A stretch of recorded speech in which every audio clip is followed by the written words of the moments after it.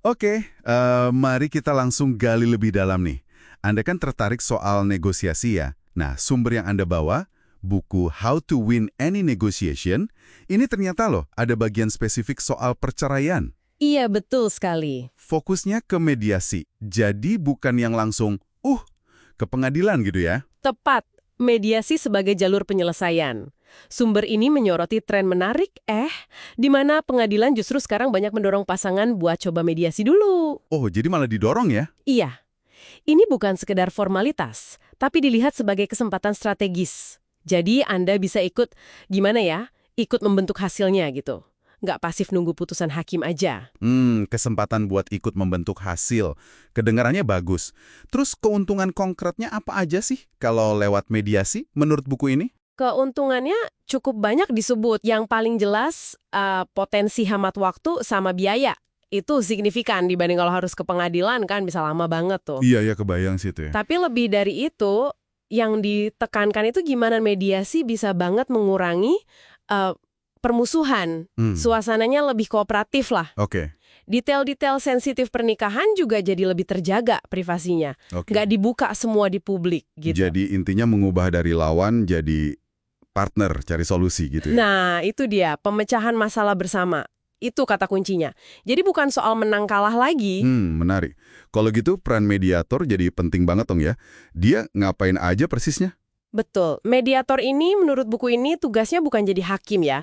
Dia itu fasilitator. Fasilitator. Iya, bantu Anda dan pasangan nemuin solusi-solusi kreatif. Mungkin solusi yang nggak kepikiran kalau pakai kacamata hukum yang kaku. Dia jaga prosesnya jalan, bantu komunikasi lancar, biar bisa capai kesepakatan yang sama-sama dirasa adil. Martabat terjaga. Jadi fokusnya kendalikan prosesnya, bukan orangnya ya? Tepat, mengendalikan proses negosiasinya. Oke. Nah, kalau mediator sepenting itu, milihnya pasti nggak boleh sembarangan dong. Ada tips milihnya nggak di buku itu? Ada. Krusial banget ini. Disarankan lihat dulu area konflik utamanya di mana. Maksudnya? Gini, kalau masalah terbesarnya soal hak asuh anak, dinamika keluarga nanti gimana, nah mungkin mediator yang latar belakangnya terapi atau psikologi anak itu lebih pas. Oh, oke. Tapi kalau sengketanya lebih ke soal aset bisnis keluarga yang rumit gitu, wah mungkin lebih efektif kalau mediatornya akuntan atau orang bisnis yang ngerti banget soal itu. Masuk akal. Disesuaikan sama masalahnya. Terus, apalagi yang perlu dipertimbangkan? Mungkin gaya mediatornya? Iya, itu juga disinggung. Penting juga lihat kepribadian pasangan Anda. Dia tipe yang lebih gampang diajak ngomong pakai logika, data, atau justru lebih kena kalau pendekatannya empati. Ada mediator yang gayanya lugas, fokus ke angka. Ada juga yang lebih simpatik, kasih ruang buat emosi keluar dulu. Kadang itu malah bisa bikin suasana cair, buka jalan kompromi. Bisa jadi strategi juga ya, gaya mediator itu? Bisa. Tapi ada catatan penting nih. Mediator kan tetap profesional, bisnis juga. Jadi buku ini ingetin buat tetap waspada sama potensi bias. Sekecil apapun.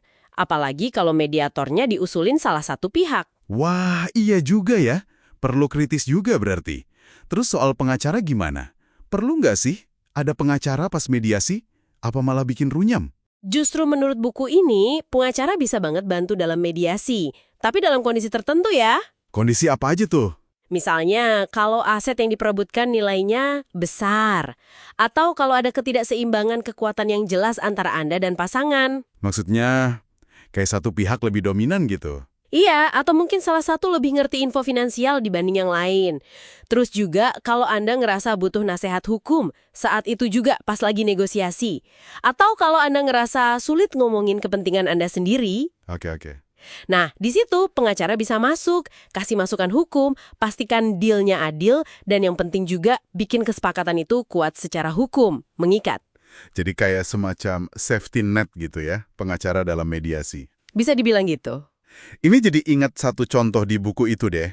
Ada pengacara perceraian, awalnya dia fokus banget menang angka buat kliennya. Pokoknya dapat paling banyak. Tapi lama-lama dia sadar hubungan sama mantan itu kan seringnya, ya, abadi. Apalagi kalau ada anak. Jadi cara dia melihat menang itu berubah. Nah, itu contoh bagus banget. menggambarkan pergeseran cara pandang yang dianjurkan buku ini. Menang dalam perceraian itu nggak melulu soal dapat bagian paling gede atau ngalahin mantan. Iya kan? Buku ini bahkan nyebut kasus perceraian Muhammad Ali. Mantan istrinya bilang itu perceraian impian. Wow, perceraian impian. Kok bisa? Karena prosesnya hormat, hasilnya adil buat dua pihak. Jadi mereka bisa tetap berhubungan baik setelahnya. Ini nunjukin kalau kadang, ya itu tadi, jaga hubungan baik atau hasil yang bermartabat itu bisa jadi kemenangan yang lebih berarti. Jadi, hubungan itu sendiri bagian dari negosiasinya ya? Betul, hubungan jangka panjang itu jadi elemen yang ikut dipertimbangkan. Oke, jadi kalau kita simpulkan nih, mediasi dalam perceraian, seperti yang dijelasin sumber Anda ini, itu nawarin potensi kendali lebih besar ya, atas prosesnya, atas hasilnya. Ya?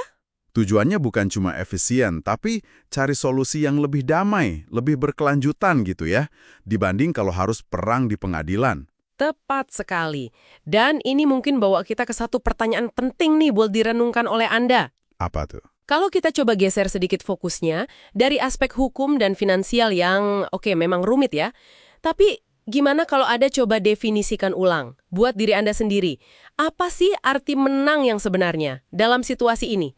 Bahkan sebelum negosiasi dimulai, coba pikirin dulu, menang buat saya itu apa? Nah, gimana pemikiran awal ini kira-kira bisa mengubah keseluruhan cara Anda mendekati negosiasi, dinamikanya, dan ujung-ujungnya hasil jangka panjang dari perceraian Anda?